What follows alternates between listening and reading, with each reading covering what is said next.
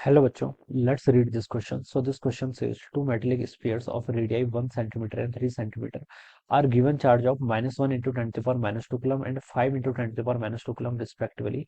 If these are connected by a conducting wire, then the final charge on the bigger sphere is okay. Bigger sphere पर आपको final charge बताना है. तो बच्चों इस question का की कॉन्सेप्ट आप देखिए क्या लिख लीजिए, पोटेंशियल लिख लीजिए. क्या लिख लीजिए? पोटेंशियल. ये तो पोटेंशियल में इसलिए लिख रहा हूँ क्योंकि मुझे पता है क्वेश्चन में देखिए इन दोनों को हम कंडक्टिंग वायर से कनेक्ट कर रहे हैं तो दोनों का पोटेंशियल सेम ही जाना है, ठीक है। और पोटेंशियल सेम ही जाना मतलब देखिए पोटेंशियल किसके इक्वल होता है, देखिए के की बाई आर के इक्वल होता है, ठीक है। मेटेलिक कंडक्टिंग स्फीयर है यानी कि आपका एक क्या है, सेल है, बेसिकली एक सेल है, ठीक है। सॉलिड नहीं है, सॉलिड में तो आपका पूरे वॉल्यूम का डिस्ट्रीब्यूशन होता है ना, एक सेल ये थी एक सेल ये थी, ठीक है। साइज दोनों के डिफरेंट है, हमने जो कंडक्टिंग वायर से क्या कर लिया, कनेक्ट कर लिया। इनिशियली देखिए इस पर आपका चार्ज कितना है, एक पर -1 इंटू 10 टू पावर -2 कूलम के इक्वल है। इसकी रेडियस आपकी कितनी है, 1 सेंटीमीटर के इक्वल है, ठीक है। ये आपका दूसरा स्क्वायर है, ठीक है। इसकी रेडियस आपकी कितनी है, 3 सेंटीमीटर के इक्वल है और इस पर चार्ज कितना है, 5 इंटू 10 की पावर -3 कूलम के इक्वल, ठीक है।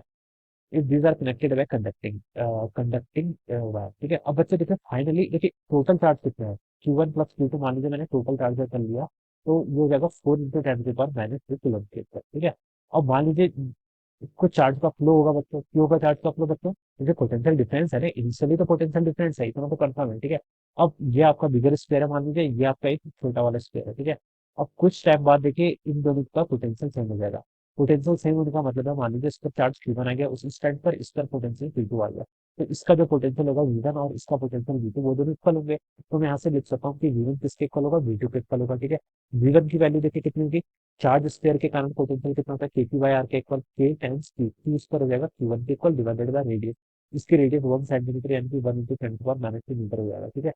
और टू वाले इसका पोटेंशियल देखिए कितना होगा, के ई टाइम्स इसका चार्ज रहेगा Q2 डिवाइडेड बाई इसकी रेडियस 3 सेंटीमीटर है, यानी कि 3 इंटू 10 की पावर -3 के इक्वल हो जाएगा, ठीक है।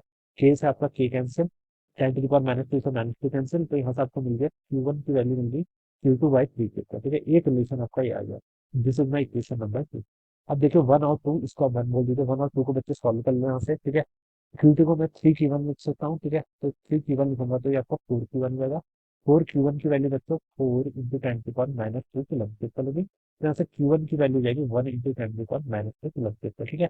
1 इज द चार्ज किसमें आपका, स्मॉलर रेडियस वाले में, हमसे बोल रहा था चार्ज ऑन द बिगर, तो उस पर तो Q2 है, और Q2 की वैल्यू कितनी होगी, अगर Q1 इतना है तो Q2 यहाँ से निकाल लीजिए, Q2 3 टाइम्स हो जाएगा ना, यहाँ पे Q2 कितना है आपका, 3 टाइम्स Q1, ठीक है। Q1 1 इंटू 10 की पावर -2 है, तो ये 3 इंटू 10 की पावर -2 कूलम के इक्वल हो जाएगा। तो ये इसका राइट आंसर है उनका बच्चों, जो आपको सेकंड ऑप्शन में दिया है। तो आप क्या लिख सकते हैं, option 2 will be the correct answer of this, ठीक है। और बेसिक से स्टार्ट करना होगा आपको क्वेश्चन, ठीक है। बस पता दिया कंडक्टिंग वायरस कनेक्ट कर दिया तो आपको पता चल गया कि दोनों का पोटेंशियल सेम ही जा रहा है, तो उस पोटेंशियल इक्वल कर लीजिए, आंसर आ जाएगा। Right, I hope you understood this concept, all the best, thank you.